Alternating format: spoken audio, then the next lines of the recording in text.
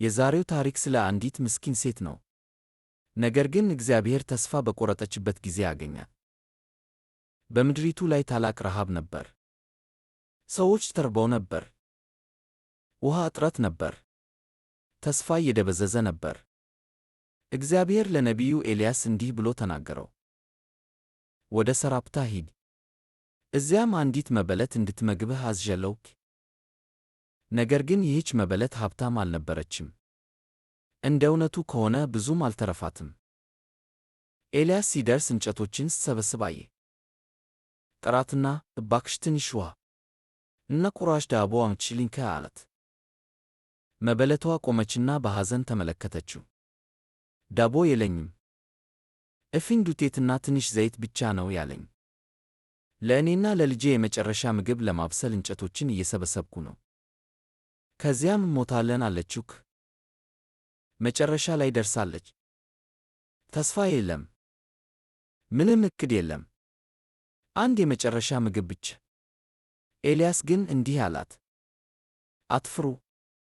መጀመሪያ የኔን አድርጉ፣ ከዚያም የራሳችሁን አድርጉ።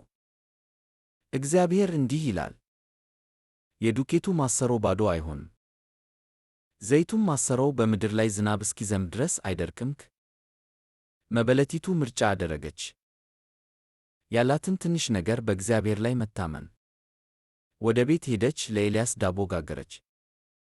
ከዚያም ለራሷና ለልካ አዘጋጅ። ተአምርም ተጀመረ። በየቀኑ ወደ ዱቄት ማሰሮው እጄን ዘረጋች። በቂም ተገኘ። ከዘይት ማሰሮው ውስጥ አፈሰሰች። እናም አልጠፋም። ከቀን ወደ ቀን በረሃቡ ሁሉ እግዚአብሔር አዘጋጀላት። የመጨረሻ ምግቧን እየዘጋጀች እንደሆነ ያስባችው ሴት በእግዚአብሔር ዕለታዊ ተአምር ስር ራሷን አገኘች። እግዚአብሔር በሕይወትሽም እንዲሁ ማድረግ ይችላል። እስከ መጨረሻው ጥንካሬሽ ድረስ እንደ ተጎዳሽ ሊሰማሽ ይችላል። የመጨረሻ ተስፋሽ፣ የመጨረሻ ሀብትሽ። ነገር ግን እግዚአብሔር ባለሽ ነገር አይገደብም። እሱ በቂ ያልሆነ የሚመስል ነገር የሚወስድና ከበቂ በላይ የሚያደርግ አምላክ ነው። በእርሱ ሲታመኑ በምትኖሩበት ቦታ ያገኘችዋል። በጣም አስቸጋሪ እና የማይቻል በሆኑ ቦታዎችም ቢሆን። ይህ ታሪክ ካበረታታችሁ ተጨማሪ የመጽሐፍ ቅዱስ ታሪኮችን ለማግኘት ላይክ እና ሰብስክራይብ ያድርጉ።